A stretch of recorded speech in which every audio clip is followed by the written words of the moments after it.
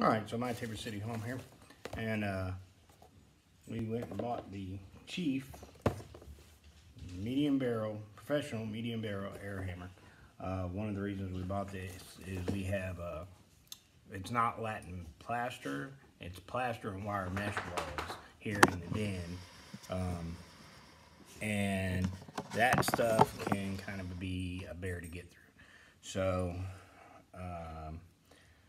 I'm looking for a solution. I'm hoping this one is it. I've seen a video online where somebody used an air scraper or scaler, depending on, I believe he said it was a scaler with a scraper blade. So, but we use air hammers in the fire service in order to cut through vehicles and extrication sometimes, or you know, various things. So I felt pretty safe with an air hammer as far as knowing what the operation capabilities are. We're going to try to use a chisel tip and see if we can do something with that plaster on the walls. So one important thing to remember when you're using an air hammer is you always want to insert the tip and then feed the spring down over the air hammer, and then screw the spring, the retainer, onto the hammer, okay? And that's going to, I'll show you here in just a second. So this little loop here is actually gonna retain the chisel end from being able to come out, all right?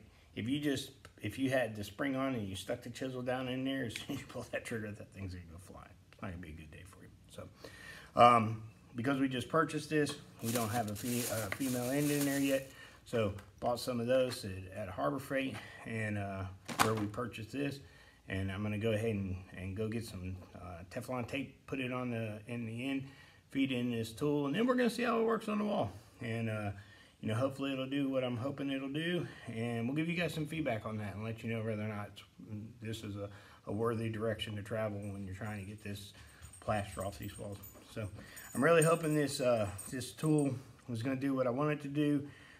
This is not the lowest model air hammer they had at Harbor Freight, and I believe I paid $49 for this air hammer. So hopefully it'll be a worthy investment. We have several different projects around here that we could possibly use this on. So I'm hoping that that we'll get a good lifespan out of this, and it'll do exactly what we wanted to do. Right, Baker? Huh? You gonna do any work? Come on, you can do the work. Okay. All right, anyways, my Tabor City home. You guys have a good day.